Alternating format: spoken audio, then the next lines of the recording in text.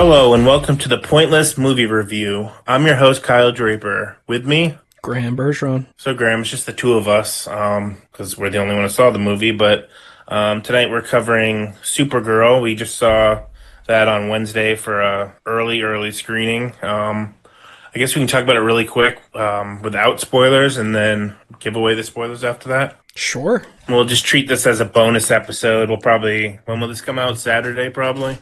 Yeah, we're recording it Friday night, so yeah, probably Saturday morning. Yeah, so don't expect a really long episode, but yeah, this is just a bonus from the regular podcast series. All right, let's get into it. Supergirl. I'm gonna let you start. All right. You know what? I'll just get it out of the way. I thought this movie was as middle of the road as you can get. Yeah, I agree. I didn't have fun watching it. I have no desire to see it again. But I can't say anything in it was bad. Like I definitely have some problems with the movie, but I can't necessarily pinpoint any one thing that I would say was bad, with one exception that I'll get into in the spoilers. Yeah, I don't even know if I even laughed at all at this movie. I don't know, and I am a Supergirl fan. Like, I love the series. I've loved her in comics. I don't read a lot of her, but the ones in the Arrowverse was a great show. Fine character. I think the biggest problem for me of the movie was the format that we saw it in. Screen X was awful. Cannot. Is that what it was called? Screen X? Okay. Yeah, cannot. I kept calling it 4DX for some reason. Cannot trash that format enough. If people don't know, Screen X is a format where there's the main screen and the walls are also a screen for some of the scenes, but they don't make any effort to blend the wall with the main screen, so it's very jarring. And when it first started, I thought I was going to be ill. Yeah, you could tell they just went in their widescreen and just kind of, because the shit on the side screens isn't even projected at the same definition, so it's kind of just blurry. Yeah, it was nauseating. So if you're in a dark room, it's just dark blurry to the left. If you're outside, it's just light kind of blurry to the left and right. But it's also weird because you still see the exit signs and the speakers and all the shit. So that's projected directly over that stuff. I know, I understand that theater, they had probably built that recently, so there's no work around that. But I don't know. Also made the tickets $21, but that was the only way to see it. So. Yeah, definitely not worth it.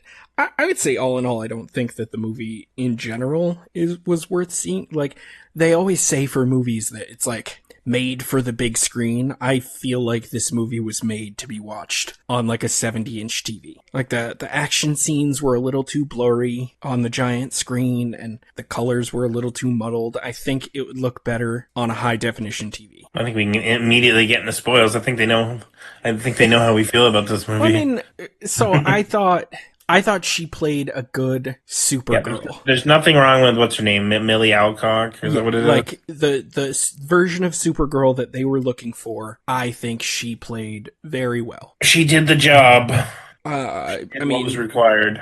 David Cornsweet is in the movie. Great, as always. For those who don't know, Superman. Sorry. I don't know if he's a household yet. One of the best parts of the movie. And don't get too excited, because there's no Superman action scenes. It's just... I don't know. I like the kind of slice of life Superman bits that they had in there, where he just gets to play the goofy, white bread Kansas boy. So how did the movie start? It was her partying for her birthday, essentially? Yeah, she was bar hopping across planets on planets with red suns because they take away her powers so she can get drunk. And then... That's half the movie right there. And then the villain enters. What's his name? Kreb of the Yellow Hills? Krem of the Yellow Hills, I believe. Yeah. Which... So this is all based on, what is it, Supergirl, what is it, Woman of Tomorrow? I believe so, yeah.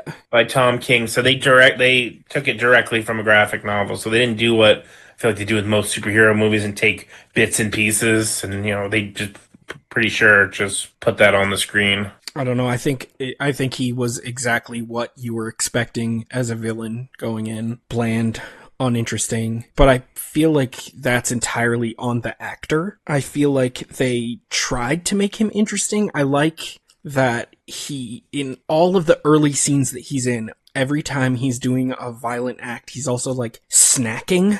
He goes to intimidate. I didn't even pick up on that. Yeah, he goes to intimidate this family, and he's in there in their kitchen trying to do like an Inglorious Bastard scene with them, and he notices that they have pie, so he eats the pie, and then later he steals Supergirl's spaceship and he's eating cereal out of like a dirty dish that he found. So I liked that portion of him, and I thought that that could have made him interesting if the actor had any charisma at all. Yeah, I don't even know the dude's name. I looked him up. I don't recall seeing him in anything. It was sad because the very first scene that he was in, I was like, oh, this guy looks kind of like a young Viggo Mortensen. And then the whole rest of the movie, all I could think of whenever he was on screen was, I wonder how Viggo would have played this. It probably would have been much better. Yeah, so essentially he's the leader of a group called the Brigands, and they're just generic space Viking, They remind me like they were just kind of a knockoff version of anything in Guardians of the Galaxy, like Yeah, the they're what like do a you call those biker guys? gang. Yeah, they're space bikers. What's the girl's name? Is it Ruth? Ruthie? Fucking Ruthie, I don't know. She was my least favorite part of the whole movie. so Krem, the freaking of the Yellow Hills, the bad guy and his men go down to this little settlement, and you find out it's his family and the daughter and the son. And I guess the dad is a sword maker. They're like, we know you're here for the swords. You can have them. Just leave. Just leave us alone. Don't hurt us. This the son accidentally like pops up. I'm being very vague here, but the son gets killed, and in turn, the rest of the family outside of the daughter get murdered. And he takes the weapons and leaves. Hence the whole revenge theme of the rest of the movie. Does he take the weapons? I was I think so, very 'cause she sees the unclear sword about later, that. right? She has a sword. Oh, I don't know. They said the weapons are in the back. Yeah, Remember in so the they said the oh. weapons were in the back. They gave him the key, but I feel like they never made it clear whether he actually took the weapons. And it didn't even freaking matter. It was just so vague. It's like, yeah, this guy just came here to grab some swords. Like, okay. I don't know why that's that important. They have fucking spaceships, but we need a story. So Ruth, goes to the nearest bar to find someone to essentially hire and to go after this dude, and finds Supergirl partying. I'm trying to remember what John Wayne movie that is, but that is the same exact plot of Rooster Cogburn, where the little girl's family gets killed, and she basically goes and hires him to help. True Grit, and then they Yeah, I was going remade to say, that. isn't that True Grit? True Grit, yeah.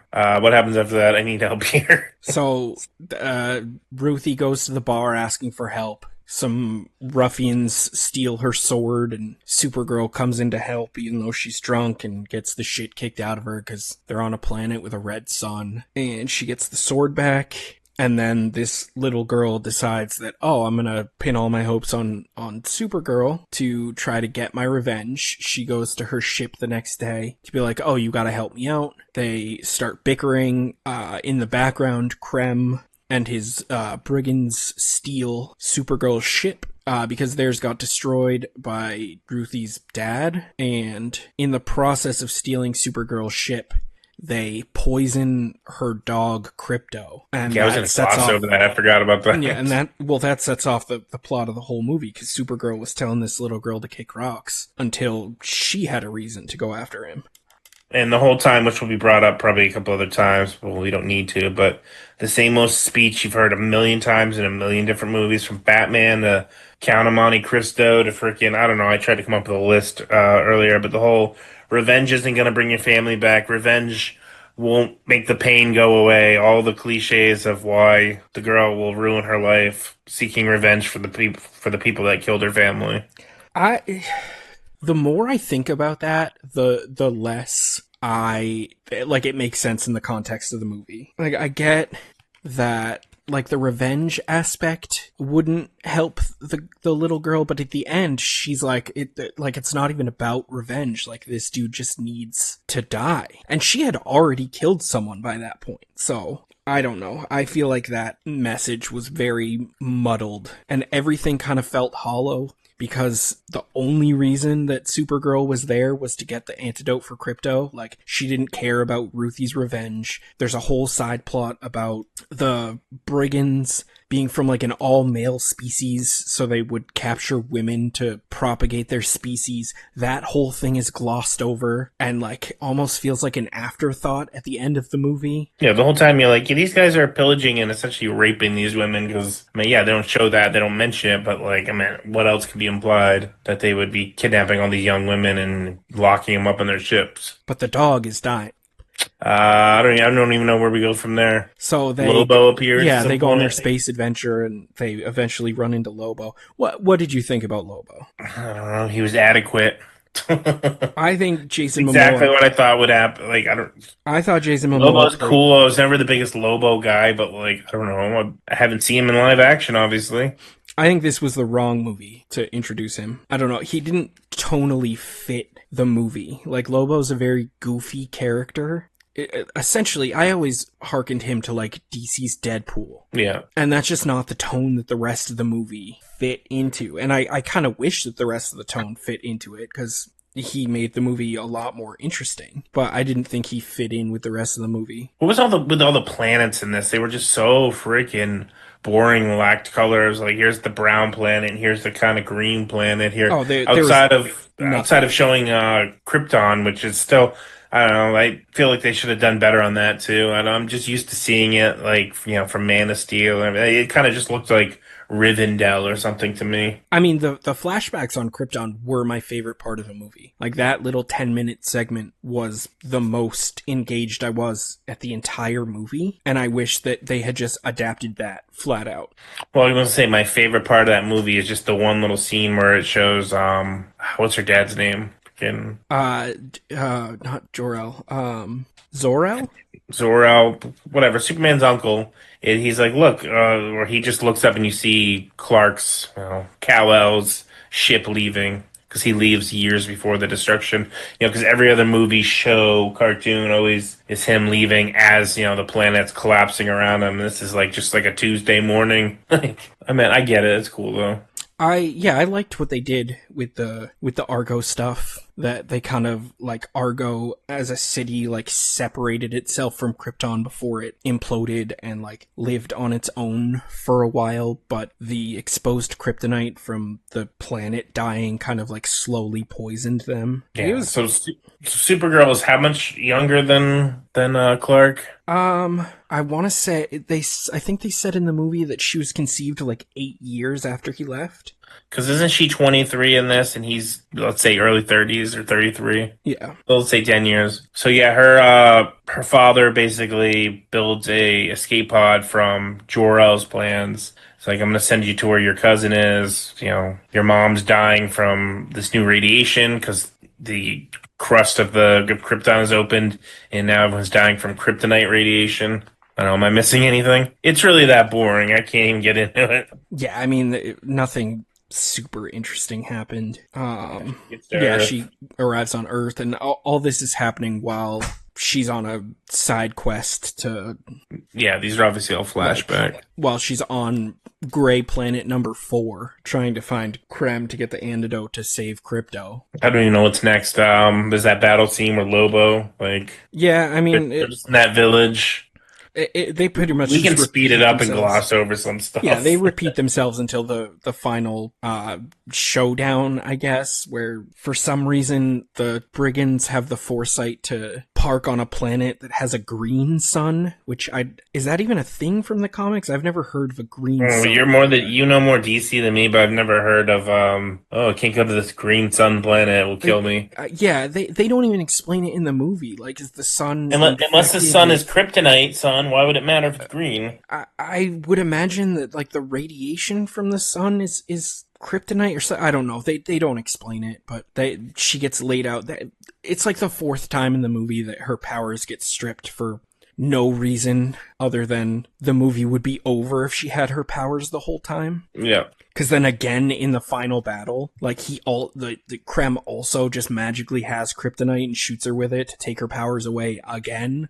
I guess he runs into a lot of fucking Kryptonians, this fucking like Viking scumbag guy, like Well, it's that old comic book thing. Like, kryptonite is more plentiful than any other resource in the galaxy. Like, if you go to your street corner, you can probably find someone selling kryptonite. So I don't know. Then the final battle happens. Kara convinces Ruthie not to kill the dude and then she just does it. But wait, she finally gets the suit at the end, Oh, she well, finally gets the suit, before the final battle. even though like it doesn't mean anything to anyone in the movie. If you watched this just on its own, it would make no sense. Like there's no scene where Superman gives her the suit, or like, or I mean, I guess there Oh no, he is. does because remember he says Oh, it's yeah, like this so people aren't afraid or whatever. Like so the but people know we're good. He says, there's no scene of her like rejecting it. Like we don't know what it means to her. It just cuts but she over. just throws it in the ship Yeah, essentially. like it just cuts to it being there. Well, whatever Ruthie saved it for her, right? That was like the one thing she took with her. I don't fucking know.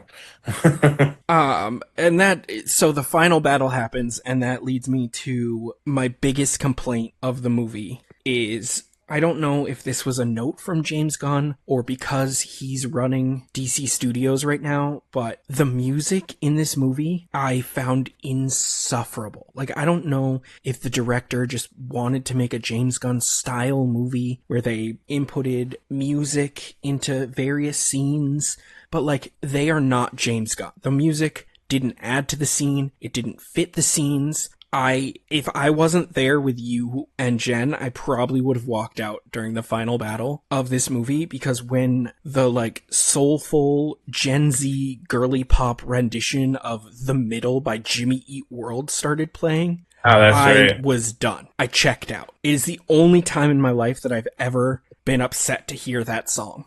At least with James Gunn, like a lot of the songs he'll do, like I don't know, but like that stupid one is still in my head from Superman, where Mr. Terrific is fighting with the T Yeah, because Spheres. he knows how to Like make that song is so annoying. I don't like it, but it's in my head. he knows how to make the music fit the scene. Like it doesn't matter if the song's good or not. It fits the scene. It fits the tone of the scene. It fits the emotion of the scene. It adds to the movie. And in this, I feel like the music just hindered my enjoyment, because every time a song started, I'm like, I don't care. Like, I'm sorry if you're trying to make it that like, oh, this is the music that she would be listening to, but like, how long has she been on Earth? That they had the A flashbacks. 23-year-old girl would be now she would not be listening to that. She probably would have Well, discovered fucking Taylor Swift.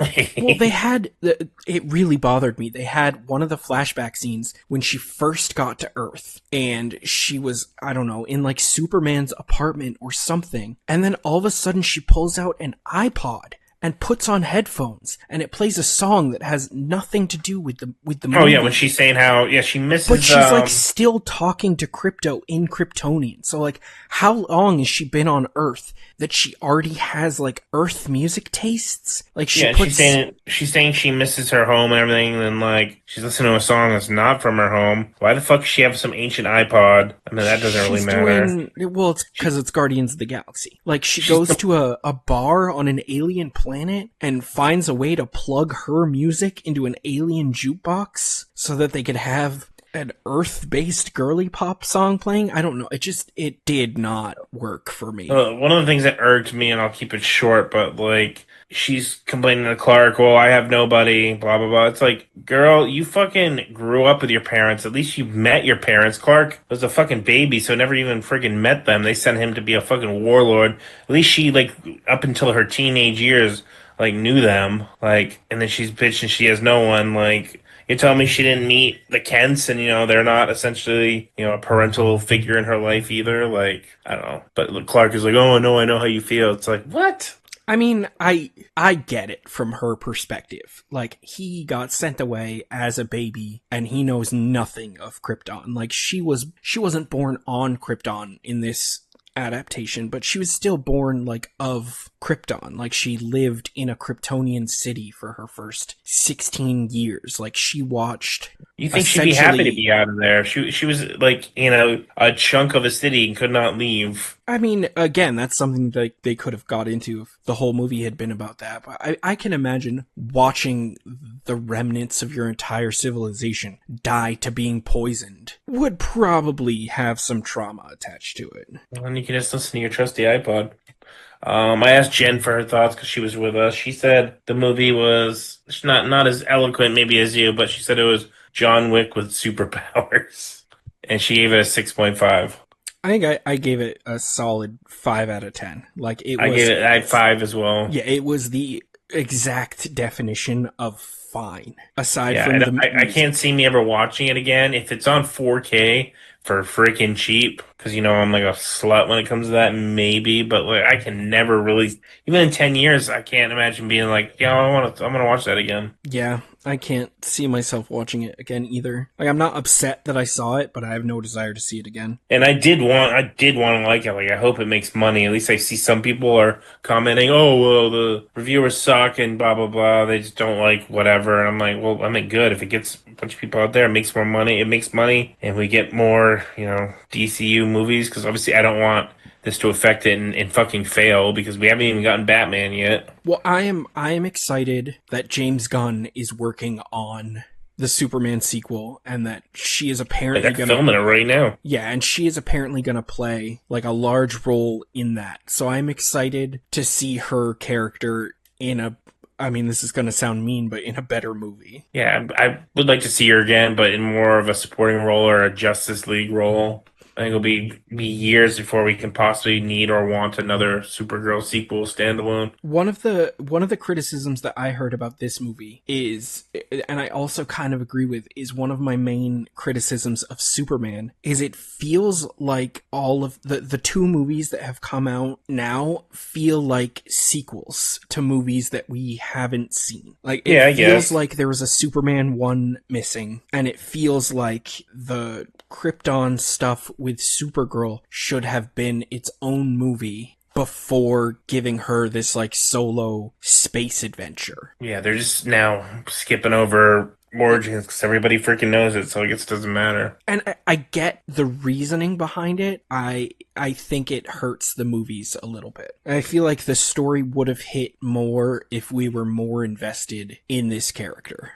On a positive note about it, I've been on a strict diet for 3 weeks, so that popcorn last night, the other night, was very good. The best popcorn I've ever had. My system was rejecting the butter because I've just been eating like rice and shit. Yeah, I really don't have much more to say about that movie. Yeah. Sorry to sound like a fucking bummer, folks. No, it's again. I'm trying not to be super negative. Like think there was a good movie in there. The villain just needed to be more interesting. The tone needed to sort itself out, and like we just needed. I think we needed more on Krypton. Like there was Yeah, and the next Superman, Supergirl, I want to see them kick more ass because they've just been taking beatings the last two movies they've been in. Like, even though Superman took place on Earth, like 2/3 of that movie is him just getting his ass kicked. yeah. I agree. It's funny because I feel like James Gunn is trying so hard to make his alien, all powerful characters more human. I'm interested to see if he is going to fully embrace, like, comic book, unstoppable Batman. Like, all the Superman movies and Supergirl movies are going to be about them struggling and them getting the shit kicked out of them. And then they're going to have Batman in, and he's just going to be, like, an unstoppable force. As long as they don't do Batman with some silly fucking music, let's do a fight scene with fucking Bee Gees or something. I think there's a way to make that work. Not how they did it in this. I don't even think how they did it in Superman, but I do think there's a way to make music like that work in a Batman property. Yeah, they bring back the unreleased Prince Batman soundtrack.